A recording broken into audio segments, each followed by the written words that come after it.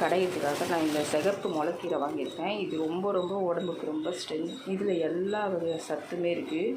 நம்ம மற்ற கீரைகளோட இந்த சிகப்பு கீரையில் அதிக சத்து இருக்குது. அதேமாரி முளைக்கீரை இருக்குது இல்லைங்களா, அதுலேயும் எல்லா சத்துமே இருக்குது மற்ற கீரையோட. அப்புறம் நான் இங்கே வந்து பருப்பு வேக வச்சுருக்கேன். இப்போ நான் இதில் கீரையை போட்டுடுறேன்.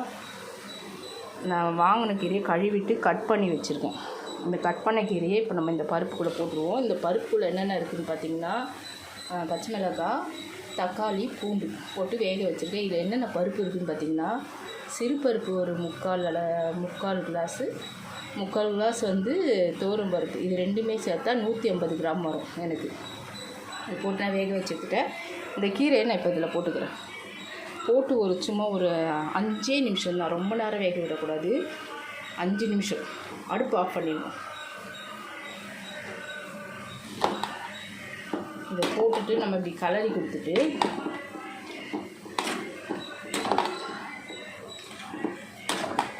இப்படி நல்லா கலரி கொடுத்துட்டு பாருங்க எப்படி ரெட்டிஷாக இருக்குது பார்த்தீங்களா. இது செஞ்சு கொடுக்க குழந்தைங்களுக்கு உடம்புக்கு ரொம்ப ஸ்ட்ரென்த்து.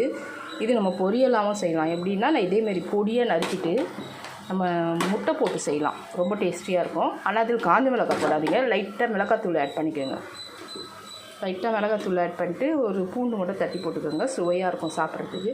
இப்போ நான் கடையிறதுனால இதில் வந்து இந்த மாதிரி செய்வேன். நான் கடையிறதும் நல்லாயிருக்கும், பொரியலும் செஞ்சு சாப்பிட்லாம். ஆனால் இது செஞ்சு கொடுங்க, பிள்ளைங்களுக்கு ரொம்ப நல்லது. இதில் எல்லா வகை சத்துமே இருக்குது. இந்த சிகப்பு முளைக்கீரை, இது வெள்ளை முளைக்கீரையும் இருக்கும். அதுவும் வாங்கி செஞ்சு கொடுக்க பிள்ளைங்களுக்கு. நம்ம ஒரு ஹையாக வச்சுட்டு உடனே ஆஃப் பண்ணிடணும். ஆஃப் பண்ணிவிட்டு நம்ம மூடி வச்சிடணும். ஒரு 5 மினிட்ஸ் மூடி வச்சிங்கன்னா போதும், அது வெந்துடும்.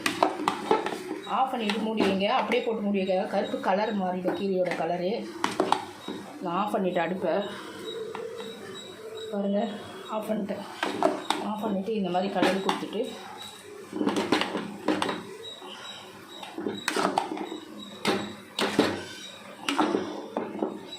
இது மாதிரி கலரி கொடுத்துட்டு நம்ம வந்து மூடி வச்சுருவோம். 2 பருப்புமே கலந்து போடுங்க. கீரை அப்போ ரொம்ப டேஸ்ட்டாக இருக்கும். இன்னும்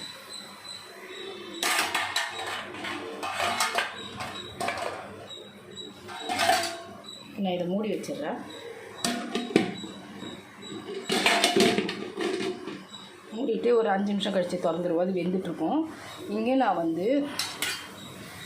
வந்து வெங்காயமும் எண்ணெய் போட்டுட்டு கடுகும்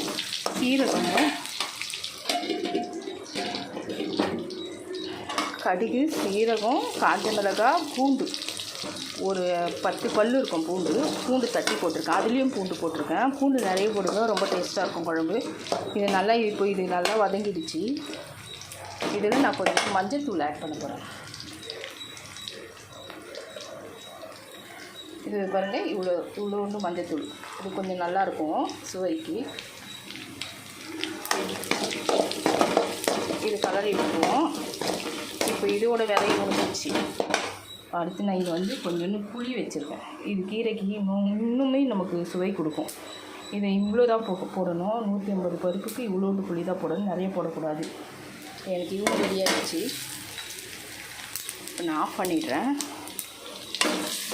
கீரை ஒரு 5 நிமிஷம் கழித்து தான் இருக்கும். இது 3த்தையும் சேர்த்து அடுப்பு ஆஃப் பண்ணி வச்சுருக்கேன். அந்த ஹீட்லேயே அது வெந்துடும்.